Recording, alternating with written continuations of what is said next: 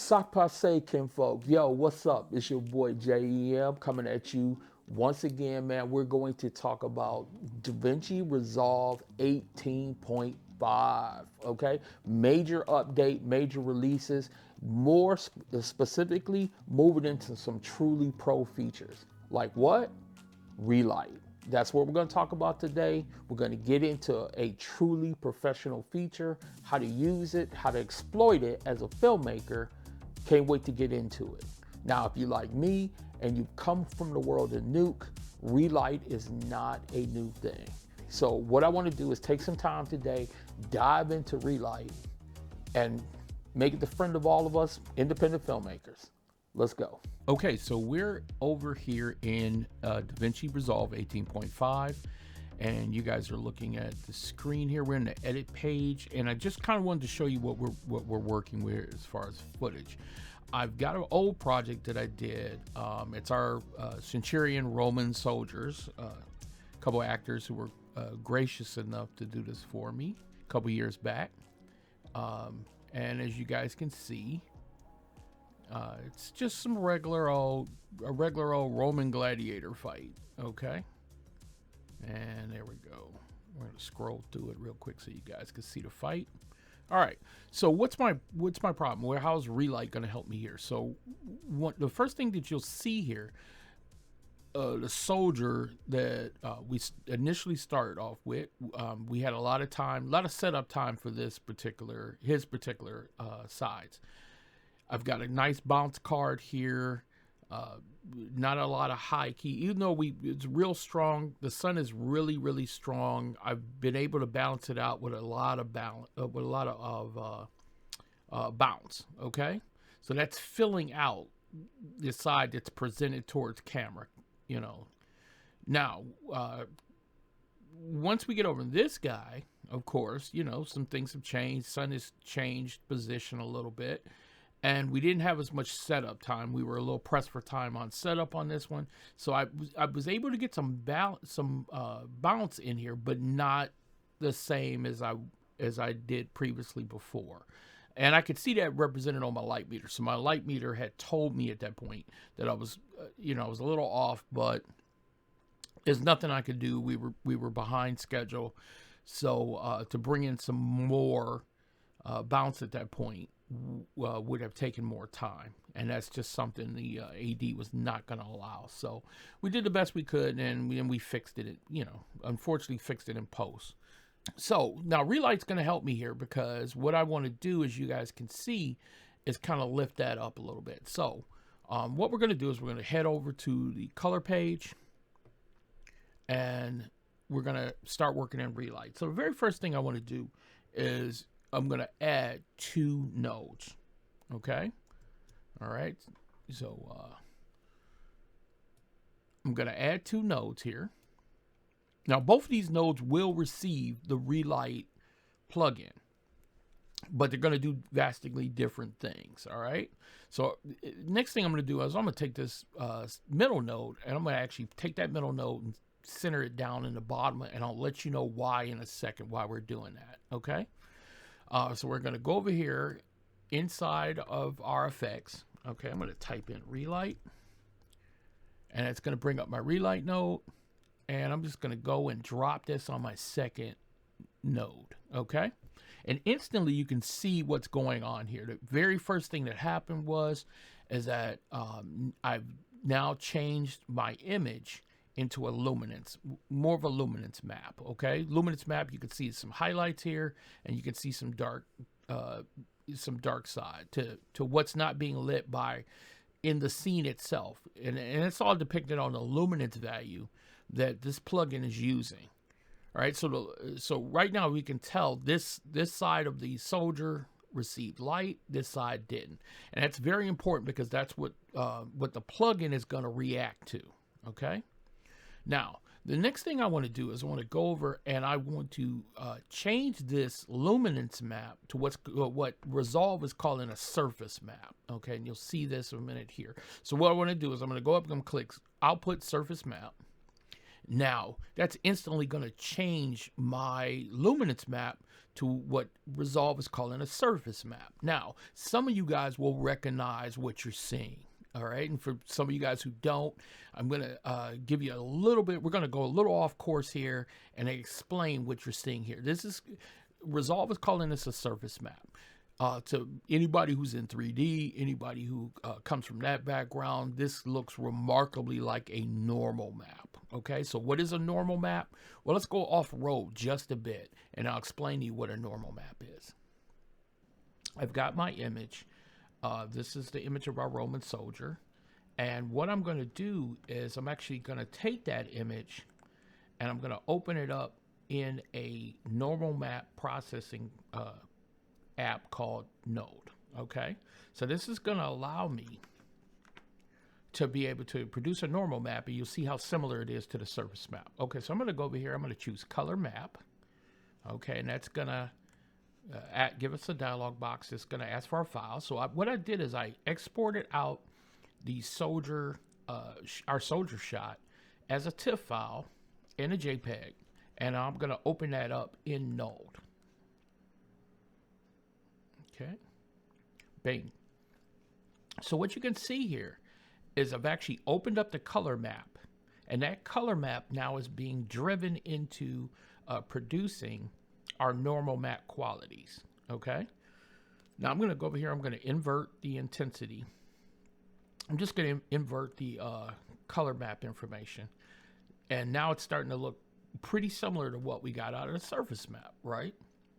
Our highlights are representative of kind of the height, and this is height and depth rather than light and dark, but it's doing the same thing. It's just you're using it to drive different values.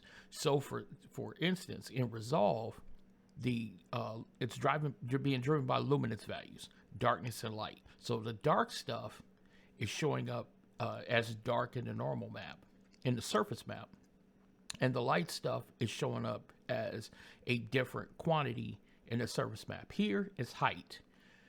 Things that are dark are depressed. Things that are light are brought to greater height. Okay, and you can see the representative of this equation over on the side here, where we have we're taking that information, that normal map information, and it's being driven into an image that's mapped onto a 3D cylinder. So you can kind of see the height information being deposited onto this 3D object, okay? And even if I did some things like, okay, I'm going to take off my self-inclusion. So once I turn off the self-inclusion, now it's not actually producing darkness. It's actually saying to itself, okay, what we're going to do is produce some light, okay? And you can see there's highlights now on some of the objects. There's highlights being driven here. Now, all Resolve is doing is taking a map very similar to this and then allowing you to have your light only affect those values. Pretty simple, okay? So that's what's going on with the ReLight. All right, so let's head back over. Let's go ahead and relight our image. All right, so we'll kill that, and we'll head back over to Resolve. All right, so we're back in Resolve, okay, and we've got our normal map that we're calling a surface map because it's still using the luminance factors to change the image. All right, and as you guys can see here, this is a pretty well lit scene, and you're seeing that well lit scene. And I don't want to brag a little bit, but if you know, the blue that you see is kind of gonna determine that you're at around 50 IRE. All right, and anybody who's ever done green screen, you understand with 50 IRE, that's kind of flat as far as your luminance value. We're kind of flat here, which is great for the fact that we're outside and it's a bright sunny day. But what you'll see is that the darkness in the scene is represented by this pinkness, okay? The pink values. And you can see it under the collar here and on the elbow, all right? So that's indicating you some of the areas that are going to be affected once we start manipulating the light. So, all right, so what's the next thing we want to do? So now we're going to go over to our third node, and we're going to drop a ReLight node on that. Now you're going to say, hey, nothing's changed. We're back to that luminance map that we got when we dropped the node into the when we dropped the plugin into the second node. All right. So how do we get to the point where we start affecting things? Well, the very first thing we want to do is we got to give this third node something to read. We got to tell it what to affect, because right now the input it's getting is from this surface map. So the very first thing we're going to do here is we're going to disconnect. We're going to disconnect this second node from our third node, and we're going to rewire it into our second input. Okay, so this is going to be our second input into that node. Okay, and then we're going to take our initial node, which has our untouched image, and we're going to pipe that into our primary. This is going to become into our primary input. Okay, so we've got, just to be clear, we've got our initial image piped into our primary input, and we've got our secondary, which is our luminance map, or our surface map. Our surface map is now going to be piped into the secondary input into this node, our third and final node, which is what we're viewing here. Now you're going to say, okay, well, hey, I'm still getting the luminance map from the ReLight, from this ReLight plugin. So what we want to do is we want to tell this ReLight plugin that you're going to get your information, you're going to receive your information from input 2. So we're going to go here and say surface map, use input 2. All right. So we're going to switch that to input 2. All right. And that's going to tell it to use the information from input 2. All right. So we're there. Now, the next thing we're going to do is determine what type of light source we want to affect onto our image. And our options are point source, spotlight, directional. Okay. Don't really think we need to cover here what type of lights spotlight is, a point source is, and a directional. Okay. Cinematography 101. Directional would be something like the sun. Point source would be something like a light bulb. And spotlight, of course, would be something like a Fresnel or a spotlight itself. Okay. Now, as you guys look over here, you'll see that there's a nice, nifty way of manipulating the light here. Okay, and I'm in point source, and I'm moving it around, and you see that this is how you manipulate your light source. Okay, now another way you can do it is by light position down here. So if you grab it here and you manipulate if you navigate that source, you'll see that it's following here. Now, another cool thing, and the reason we're staying on point source here, is I just want to make one comment, back to VFX. If you set up a tracker, an FX tracker, so you do some FX tracking work, okay, down in this middle window here, where I can set my tracker and everything, I could actually have my light source follow that tracker, all right? So that's a nifty way for you to be able to do, track your shots, move your light sources if you need to. Okay, so just keep that in mind. Now that's available on the point source option for lighting. All right. Now the other option is going to be directional spotlight. Let's go to spotlight real quick. Okay, and you guys can see here now this operates like a spotlight. The more distance you give it, the wider your cone. Okay, this is your aim input, so this would be what you're aiming on, and then this is actually going to close down and almost give yourself in Z. This is moving your camera source in Z, okay, because you can see it here. If you move it here, you're going to be able to see. All right, now, and there's your spot target, and as you can see now, because we're in spotlight, we've got two options for our tracker. So we can have the tracker track the spot target, which is this, okay? And you can have the tracker actually move your light source. So this would be moving your light source in tracking. So if you had a light, like a flashlight or something, and it's staying on its subject, but it's moving around, someone's waving it with their hands, this would be subject moving, and then the spotlight stays stationary, but the object it's illuminating is moving around. Okay, everybody get that? All right. Now our last one is directional. Okay, and as you guys can see, directional is a little bit more, like I said, you're simulating something like the sun. because we are outside, and what I want to do is kind of illuminate the, give a little bounce to this something that's being primarily illuminated by the sun, then this is what we want to use. Now, I do want to kind of take a glimpse at what I'm getting as far as the results. So now what I want to do is I'm going to go up to the underneath my light sources, and I want to go to ReLight Map Preview. All right. So I'm going to turn that off. And what does that give us? That gives us our original feed. So what it's doing is ReLight Map Preview is just a toggle source between toggling from seeing the output from input 2 from this second node and input 1, which is our primary beginning node. Okay. So that's just giving you the option of swinging back and forth between those. Okay. Now you're not changing anything. All right. You're just swinging back and forth, and that's going to give you an option of relighting, of seeing how you're relighting what you're doing.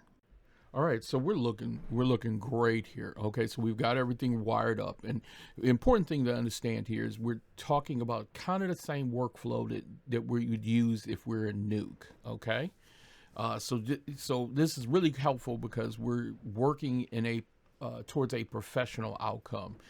In my opinion, which is something I'm really happy that Resolve has kind of chosen to add into this point release. All right, so now we're moving on. Now, if you look here inside of our remap, okay, you'll see that you can actually see the light source changing. Okay, so we can see our sun actually changing and affecting its environment. All right.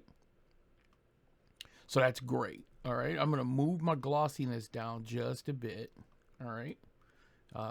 Kill some of that specularity. Widen it out just a little bit. Okay. Now, we're going back to 3D principles here. Okay. We're working with glossiness and we're working with specularity. I would love if they actually change this to a PBR workflow, okay? And I'll get into that towards the end. But right now we're working with glossiness and specularity. So anybody's done Phong shaders, blend shaders, you understand glossiness and specularity if you worked in Maya or 3D Max or software, or Cinema 4D in the old days, because I think they switched over to PBR. But if you've worked in that kind of environment, you understand glossiness and specularity. That's what you have here. Now, once we're going to switch this off so we can actually see our image again. Now, what you're going to say is, okay, I'm moving this around. I'm actually moving this target around like I did a second ago, but I'm not seeing a result. Okay, so this is super important. Why am I not seeing a result? I'm not seeing a result because I have not relit the scene yet. I haven't actually relit the scene. I've affected the surface map, but not the image. So what I want to do is go down, and now this is why, you ask yourself the question, if this is behaving like a Nuke relight scene, and bear in mind, you can actually do this workflow in Fusion. But why would you do it in the color tab, in the color page? You do it in the color page because this one step here is how you achieve that relight. Your color stuff is now available to you. So what I want to do is I'm going to go up here now, and I'm actually going to start actually pulling up my light. Okay. So as you guys can see, I'm getting brighter. I'm going to just like take this way up so you guys can see what's going on. So I'm getting the whole entire thing kind of like savagely over, like we're pulling up the high end here. Okay. All right. So I'm going to take this down a little bit. Let's actually reset that back to 0. And I'm actually going to just I'm going to go in and I'm going to kind of increase my shadows just a little bit. Okay. All right. All righty. And you can see now if I start moving it, you guys can see that the light is affecting the whole entire image. All right. So let's reset this back. You're relighting the scene. You're able to add an additional light source in. Okay. Whether it be a point source, a spotlight, directional. Okay. And we're going to go ahead and turn that all the way down. All right. So now we're getting a little bit more normal bounce card, like if we had a bounce card. And if you guys look under the arm here, I'm actually able to relight that light that up. I can get some lighting underneath those options. Now, you know, is it a substitute for a real bounce car and a real light out in the field? Hell no. Okay. But in a pinch, if you need to get closer to where you were, it's like say on the other gentleman. Okay. And if we go here and we go back here, okay, then you're gonna be able to kind of see the bounce that I had here, how much life I had here. Okay, and there's tons of other stuff that needs to happen here.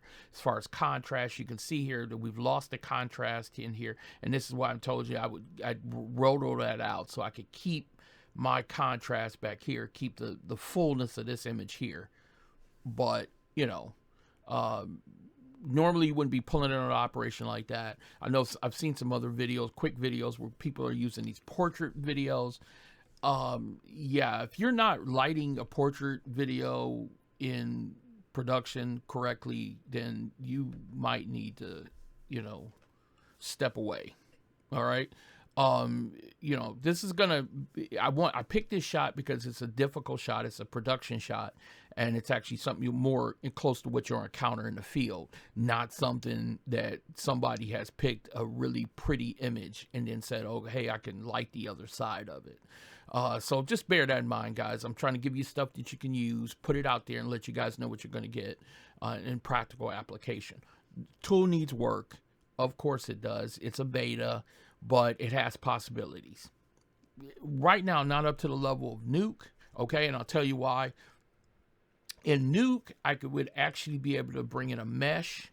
Let's say we wanted to relight an actual object, but we had modeled a 3D representation of that. I could act, or a point cloud.